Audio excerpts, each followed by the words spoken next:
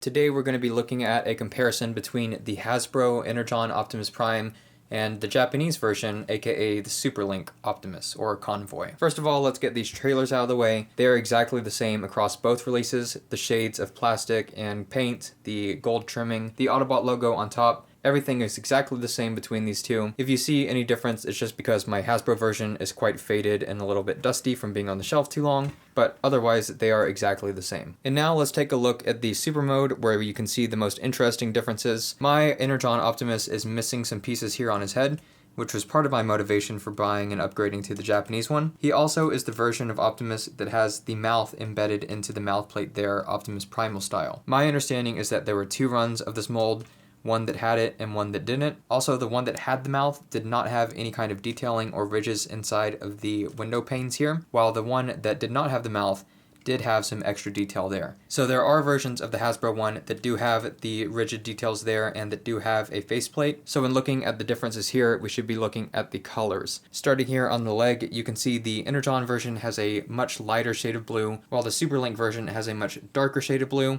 Additionally, the top of the vehicle here is painted in this nice white, while the Hasbro one has no paint there. Other than that, the detail on the blue drone is identical, and I'll show them in drone form later to get a better look at that. But moving on to the yellow drone here, you can see it's also in entirely different shades of paint or plastic. This one is a much darker, more saturated yellow. This one is a much lighter. This one has some silver detailing and weathering at the tip of the drill.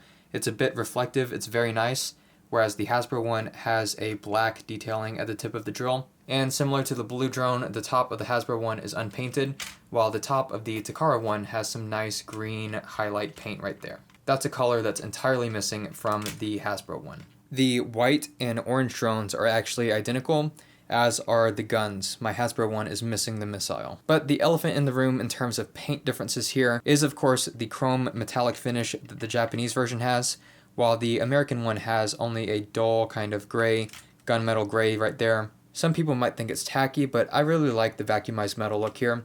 It gives him a nice shine and really makes him pop on the shelf. You can see that the yellow bits there within, and even this section here has kind of a reflective vacuumized metal look covered in blue, which is a distinction that the Hasbro one does not have at all. He has the blue headlights there, but no outlining of that additional geometry around his ab area, whereas this one has the blue headlights and everything else around them molded in some vacuumized metallic blue plastic, which looks very nice and it goes with the shine of the rest of the figure. And as already mentioned, this version of the mold has the ridges imprinted on the inside of the windshields, and they have a nice kind of silver to them. And back to the heads, you can see that there is indeed a paint difference there as well. This one has a deeper, darker blue, whereas the Hasbro one has a much lighter, more pale blue. Turning them around, you can see that the deeper, darker blue is also present on the back of the Takara figure here, whereas this piece on the Hasbro one is in that same pale blue. Same thing for this piece that connects the cab of the truck with the wheels there. One is in dark blue, one is in light blue.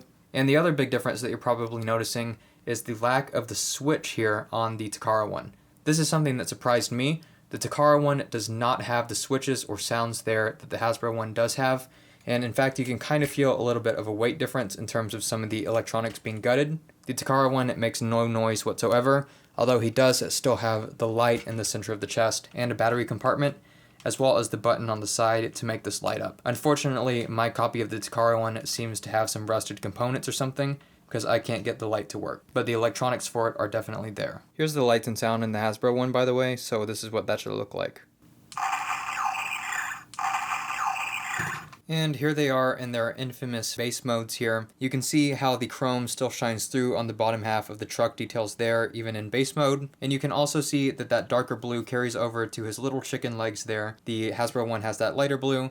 The Takara one has the darker blue. But interestingly enough, I think that his blue at the top of his thigh here is the same pale blue as the Hasbro one. So he does have both the pale blue of the Hasbro one, but has the darker blue everywhere else, including his little chicken legs there, his tiny little hands right here, and the head. You can also see that the windshields on the Japanese Takara version are just a bit darker than the windshields on the Hasbro version. That is true of the ones on the front, as well as the ones on the side. The red also appears to be a little bit richer, but I'm not sure if it's actually a deeper red, or if my Hasbro one is just a bit covered in dust and faded from time. Maybe someone else can verify whether the red is the same or not. I'm going to say that they're the same and my Hasbro one is just a bit faded and covered in dust, but I'm not quite sure. It's a very subtle difference if it is different. And taking a look at the drones here and their vehicle forms, there's nothing different that we haven't already laid out. It's mainly the yellow and blue ones that have significant differences in how they're painted on the top, the color of the drill, the main colors here, painted on the top again in the main colors. Everything about drone number 1 seems to be identical, including the color of the windshield, the white, the decals on the side. And for drone number 2, I was thinking they're identical, but now that I have them side to side like this, I actually think the Hasbro one may be molded in white plastic but not painted, whereas the Takara one may be actually painted in white plastic. So you can see it looks a bit more pure white here, whereas this one looks a bit more eggshell white. And that's something typical of Hasbro versus Takara releases at the time, is that Takara would actually paint them white instead of just molding them in white plastic. So it looks like drone number 2, the helicopter, also offers a meaningful difference in that it's painted white. That also means it's probably less likely to be prone to yellowing, which is cool. And just to show him off, here is what the Takara version looks like when combined with the Hasbro Wing Saber. I think he looks fantastic, and this is why I really wanted to have him, was because I got Wing Saber last year for a pretty good deal, but as you saw, my Hasbro version of Energon Optimus is missing a lot of his head components, and when I saw just how much better this entire area of the Takara version looked, I knew I wanted to have him to display combined with Wing Saber. So here he is in that combined form in my favorite configuration, Takara Superlink Convoy combined with Energon Wing Saber. So I hope you enjoyed that comparison.